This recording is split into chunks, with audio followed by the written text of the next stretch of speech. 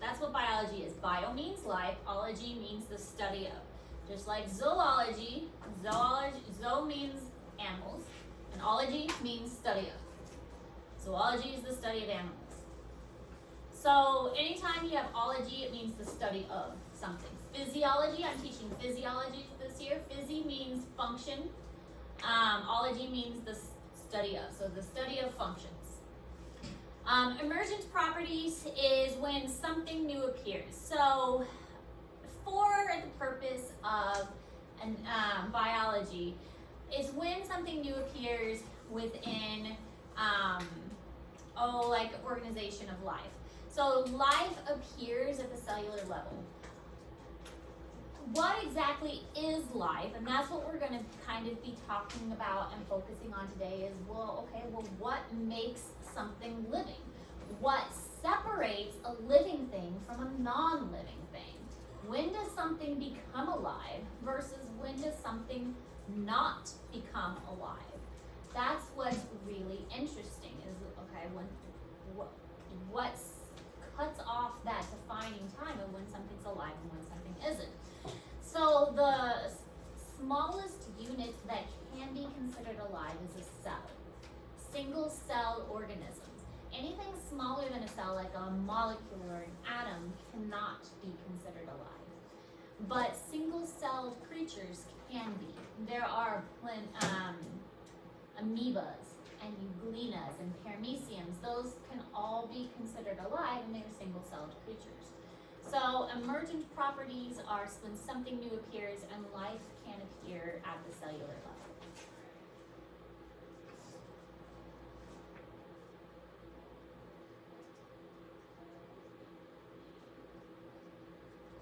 And if any time you guys have questions, don't hesitate to ask. There are no stupid questions as long as it pertains to the material. And I like questions. It means that you are trying to understand. If you don't ask me questions, I'm going to assume you know what's going on. Okay? Ask me questions if you don't understand. If I'm going too fast, tell me to slow down. Say, hey, go back to that slide. I try and wait till I see most people done writing. But if I go too fast, that's okay too. Tell me. Okay, can you go back? Okay? Okay. You gotta talk to me. Don't be afraid. I'm not that mean. I mean, maybe a little mean, but not that mean.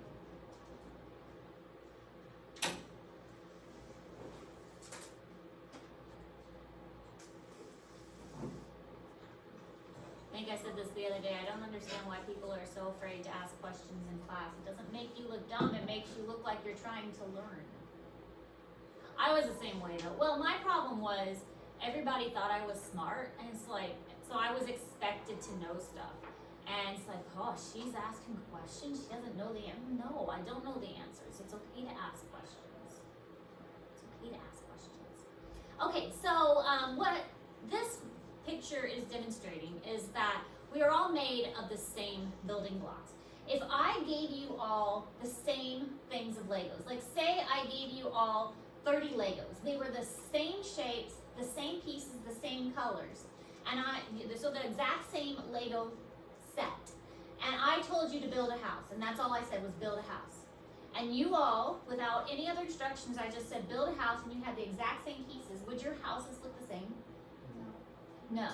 You would all build a house, but without any other instructions, you would all build different houses. And that would be fine, because the idea is that using the same pieces, you can make many different structures.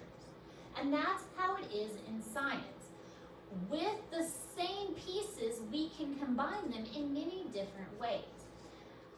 With nature, with cells, with molecules, with atoms, those same pieces can be combined in millions of different ways. The same pieces that make up your body make up that floor. Same pieces, just combined in different ways. Same things that make up that piece of paper make up that pillow, but just combined in different ways. And that is what makes everything kind of unified in science. It's the same pieces. They're all made up of atoms. It's just they're combined in different ways. Just like the Lego pieces, if I gave you Lego pieces, told you to make a house, they're the same Lego pieces, but all the houses would be different. All right, so levels of organization. The different levels of organization, and you really should write this down. I know I didn't put that in red, but you really should write this down because the levels of organization is important. So starting at an atom and working your way up. An atom is the smallest unit of anything, okay? The smallest building block of anything is an atom. I mean, some things say you can get smaller, but for our purposes, an atom is the tiniest thing.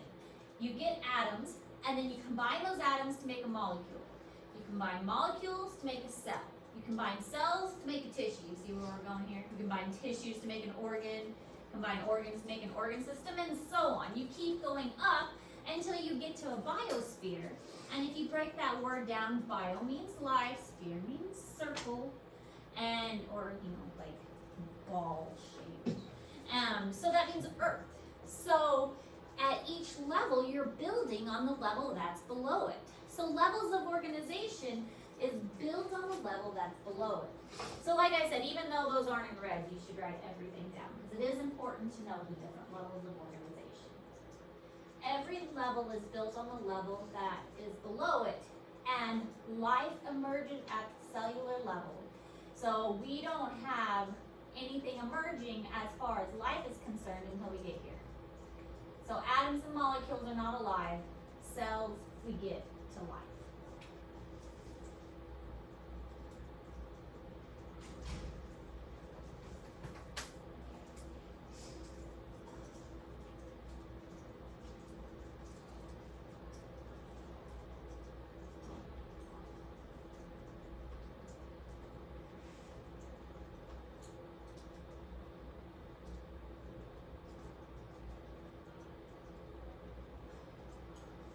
I think the other thing I forgot to mention, I think I said this, I don't care how you take notes, Chromebook, paper, whatever, but you do have to write the notes. Don't take pictures of the notes. You don't learn anything by taking a picture of the notes. There is scientific proof that physically writing it down, there is some kind of connection between the hand and the brain that helps you remember it better.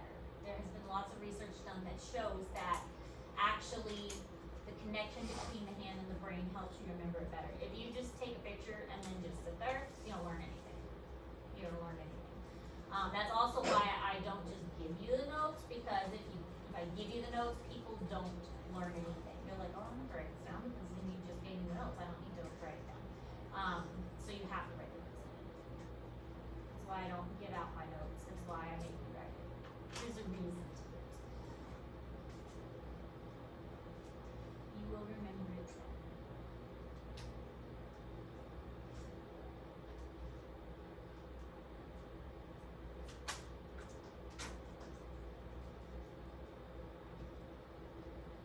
And to practice for actual college. In college, I had a notebook and a folder for every class. Although now, I have my iPad and the pencil, and I like that so much better because there are note-taking apps. I wish I had that in college. It wasn't an option in college. But I would use that now instead. I would use the note-taking apps, because there are some note-taking apps that you can have like a different notebook for each class, and I would do that instead. But back in the olden days, we didn't have that option. Lots changed. Okay, so this shows level of organization from atom up to biosphere. And throughout these lessons, there are little videos that go with them too. I try to add videos because me talking all the time is kind of boring. I don't know what the volume's at. Hopefully not crazy loud. Hopefully it works. Maybe there's no volume at all. Maybe my speakers don't work. I haven't tested them this year.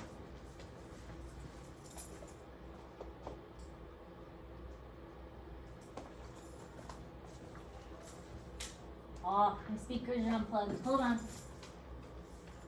Maybe this will work. Ready? Elements join to form molecules. A cell is the smallest unit that can live and reproduce on its own or as part of a multi-celled organism. Okay, restart. Now we're good. Increasingly complex levels of organization extend from subatomic particles to the biosphere. An atom is the smallest unit of an element that still retains the element's properties. Electrons, protons, and neutrons are its building blocks. Two or more atoms of the same or different elements join to form molecules. A cell is the smallest unit that can live and reproduce on its own or as part of a multi-celled organism. A tissue, such as bone, consists of certain types and proportions of cells interacting in some task.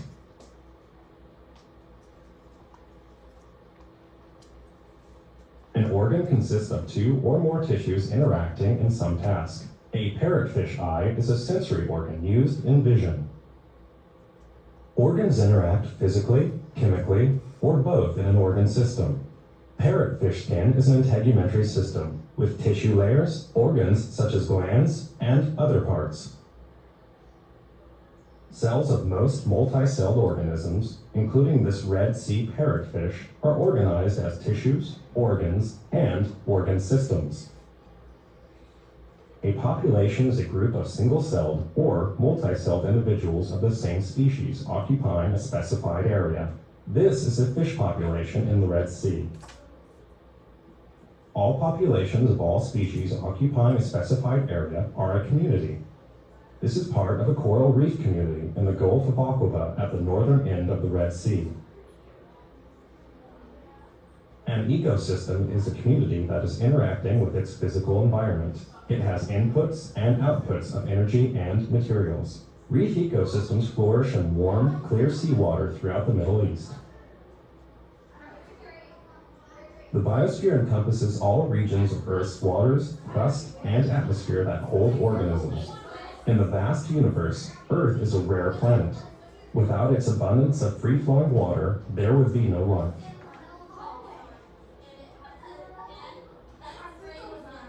All right, so this is an example of something that would be in Google Classroom. You can see the star here, so this is what it would look like. And this is just like, so this whole slide would be in Google Classroom. But here we have an atom, and then it goes to a molecule, and then it goes to a cell. This branches off because there are some single-celled creatures. So some single-celled creatures wouldn't even go to the tissue level. Sometimes cells do go to the tissue level, but sometimes they don't. Sometimes they just stay as a single-celled creature. So we can have cells that go to a tissue, organ system, and then we have organism, population, community, ecosystem, biosphere. Or we can have the single-celled creatures that just go straight to a population. You have a population of single-celled creatures, community, and ecosystem, and so on. So, cellular basis for life. Let me see if I can get this bigger, because it kind of got funny when we watched that video. There we go. So, in order for something to be considered alive, and again, this one is also in Google Classroom for you, it has to meet certain requirements. For things to be living, it has to be made of cells. It has to have energy of some kind. Okay, so for a plant, what kind of energy does a plant use? What do you think? Plants use what energy? They use the same energy we do?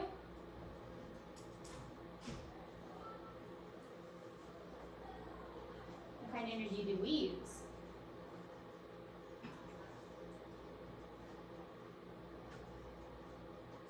Nobody has a guess?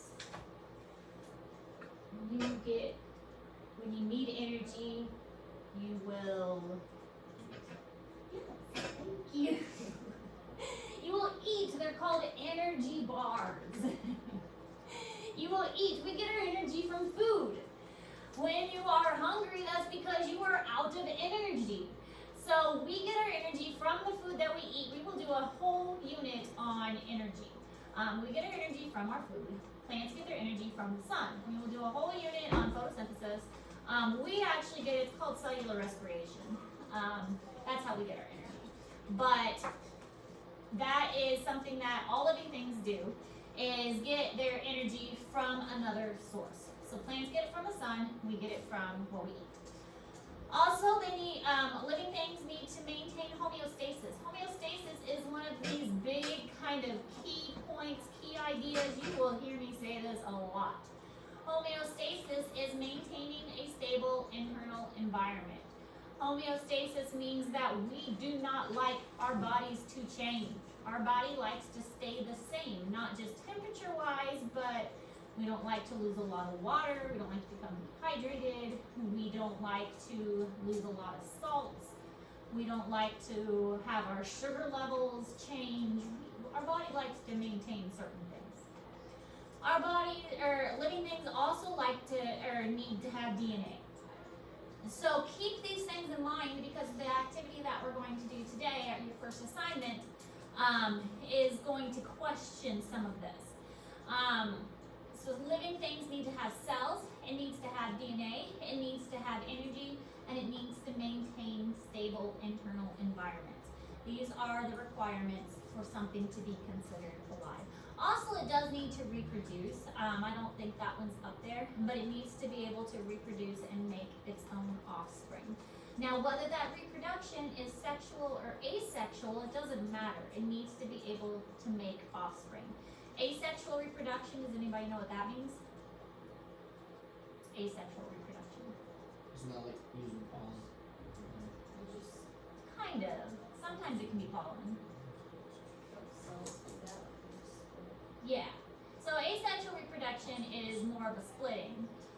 Sexual reproduction is more of two things coming together and making one thing. So asexual is like a sponge breaks off of it, like it breaks a piece of itself off. Asexual reproduction is like an egg and a sperm coming together to make something. Okay, so energy and nutrients. Nutrients are things that are needed to make something grow. We need to eat. That is why we get hungry, is because we ran out of energy, we need more. So we need to replenish our energy by eating nutrients, hopefully healthy nutrients, so that we can grow healthy. Producers, they still need energy. They just get energy from other sources. They don't eat. They get energy from sources like the sun. Now, the sun is the most common type of energy that they use, but there's one other energy source that producers can use. It's called, instead of photosynthesis, getting it from the sun, there are chemosynthesis. There are bacteria that live in the deep ocean by like little underwater volcanoes. Little underwater volcanoes that shoot chemicals into the water, and bacteria take the chemicals and turn the chemicals into energy. It's called chemosynthesis.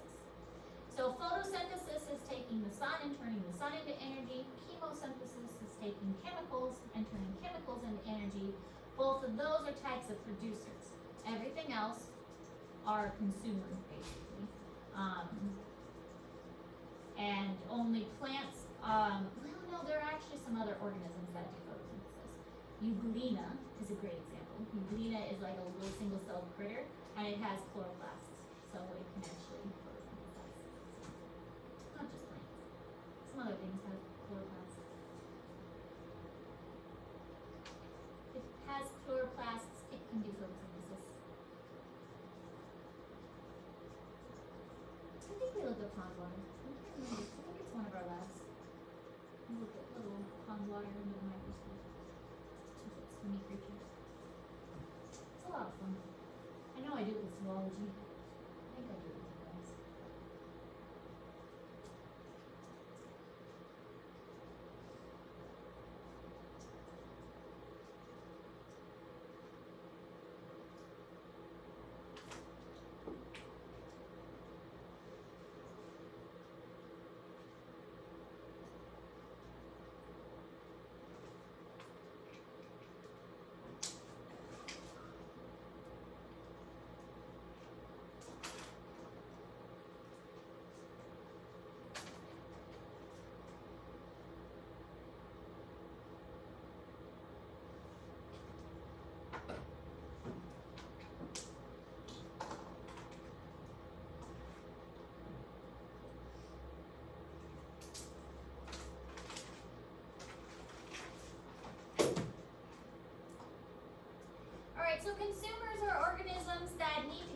food by eating. We are consumers.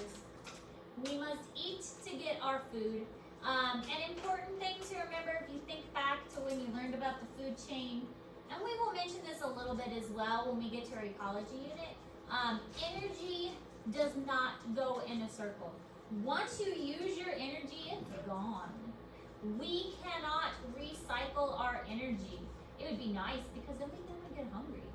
But we can't do that. That's why we get hungry again, is because our energy is gone and most of our energy is lost as heat. When we eat, we can only use a little bit of that energy because most of it is burned away as heat. So energy only goes one direction and it's lost mostly as heat, and that's why we get hungry and we have to eat again. So energy flows through the world in one direction. Energy cannot be created nor destroyed. That is a law. But it can change from one form to another. So the energy that we use is called chemical energy. Our body needs chemical energy. The energy that it gets transferred into is heat energy. Heat energy we cannot use. That is not useful to us. So it's lost from our bodies as heat, which we can't use. The other thing is the sunlight energy. We can't use the sunlight energy, but plants can. So plants take the sunlight energy, turn it into chemical energy, which we can use, which is why we eat the plants. We get their energy, and then we lose a lot of that energy by heat energy. So it's changing forms, it's not destroyed. Energy is still there, it's just changing forms. Energy is complicated. That's how it works.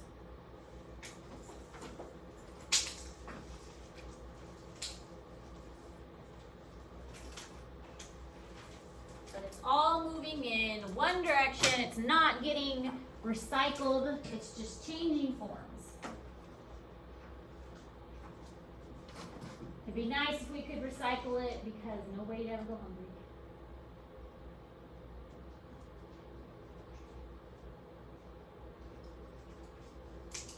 Sorry, didn't mean to look it up.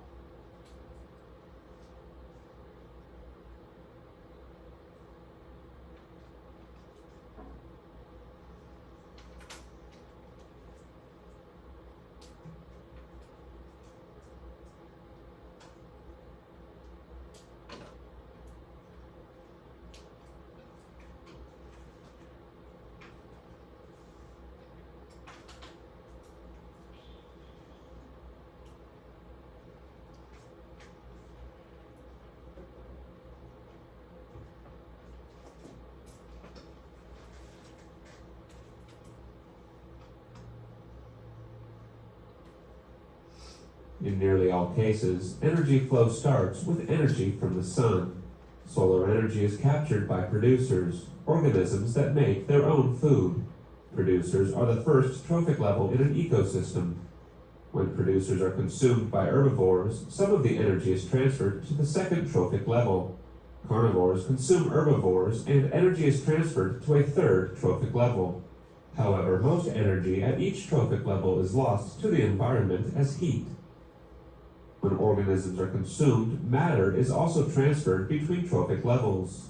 Through respiration and decomposition, matter leaves living organisms and enters the environment. Producers extract matter from the environment, completing the cycle.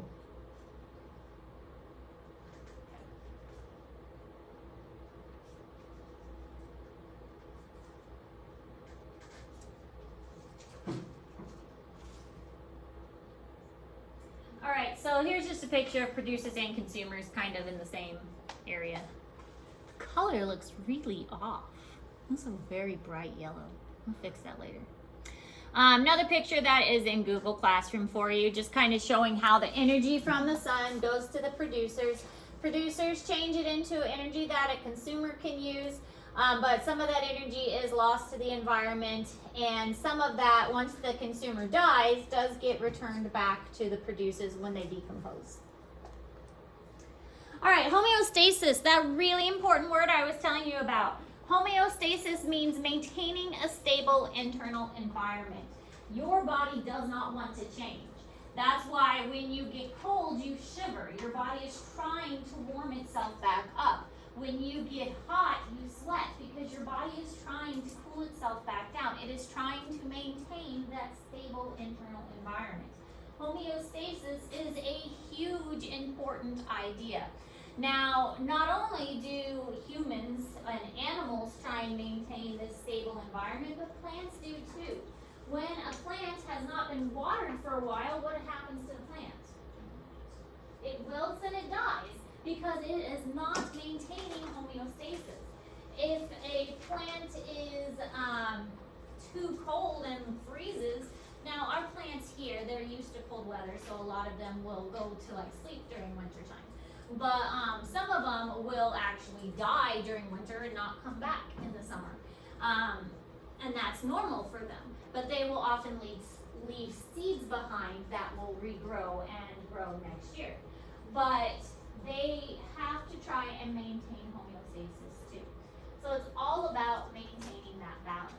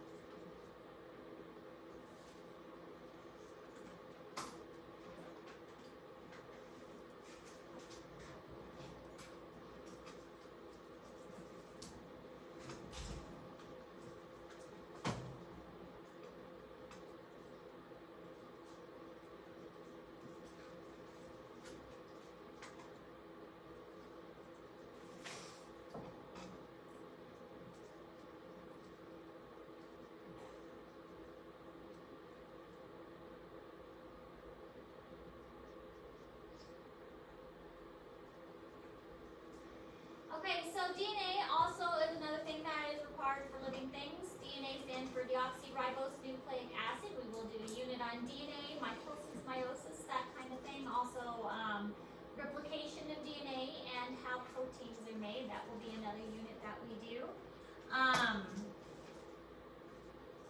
So, DNA is required for organisms to grow.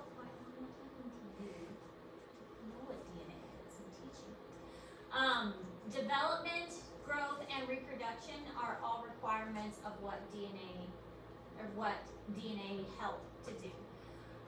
All living things have DNA, so if it was alive at one point, then it has DNA on it. So, like a table, if a table is made of wood, like the table there in the center is made out of wood, it has DNA. Plastic does not have DNA because it's not native material. But if it's made of wood, it does. The paper probably hasn't been, if it hasn't been processed too much, it's made of DNA. Things that used to be alive have DNA. The original Jurassic Park that explains how they got the DNA for the dinosaurs because it was taken. Have anybody seen the original Jurassic Park? The old one? Yeah, they got it out of a mosquito that was preserved in amber. Because the mosquito bit the original dinosaur, it had the DNA in its blood vessels. Which is really kind of ingenious when you think about it.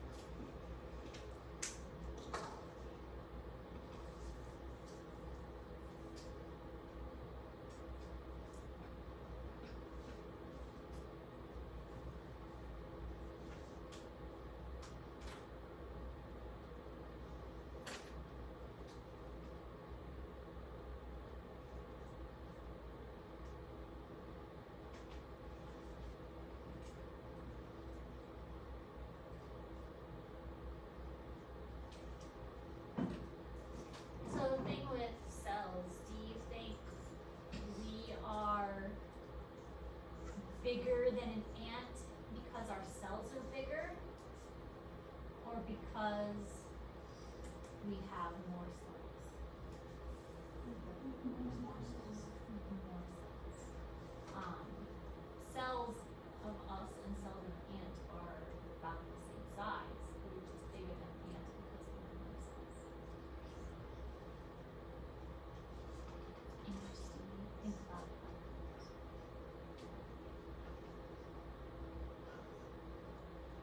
Okay. Inheritance is very important when it comes to DNA.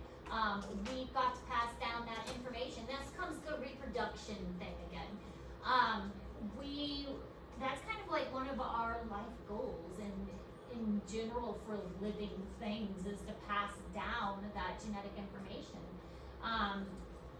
Most living things, they want to pass down the genetic information to the next generation, and how they get that done is whether asexual or sexual reproduction. And as long as that genetic information is getting passed down and passed down and passed down, that's what they're trying to do.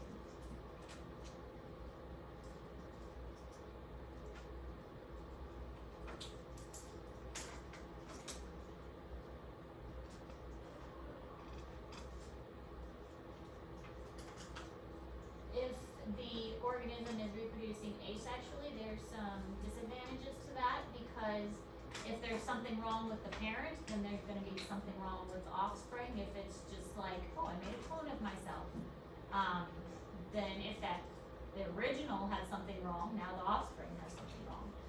There's not much chance for change to take place if you're making an exact clone of yourself. Sexual reproduction, where there's two individuals, is much more of an advantage because the genetics gets mixed up, and it's better for the species as a whole to survive. The problem with it is that you have less invested in that particular offspring. Like, as you guys know, I have 4 kids, but each one of those children only has half of my DNA. So, instead of the children having 100% of my DNA because it's a clone of me, each one of them only has half of my DNA.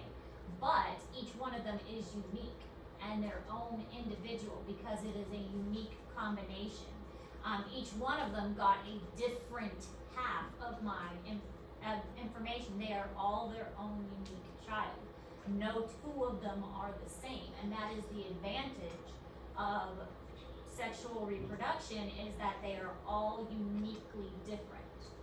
So in the animal kingdom, in the plant kingdom, because many plants reproduce with inheritance by sexual reproduction as well, there is more of a chance of mixing up of the genetics that way. Whereas if a plant just makes a copy of itself, and a lot of plants do as well, then if there's something wrong with the parent plant, now there's something wrong with the child plants too.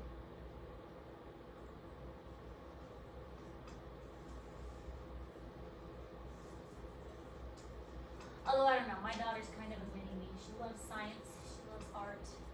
She even looks like me. She takes my clothes now. She's only 12. She stole my hoodie. She wears my shoes all the time.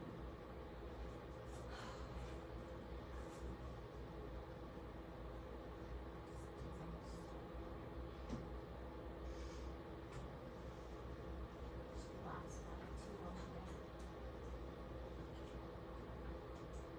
But I like that my daughter kind of loves it. I hope it stays. I hope so.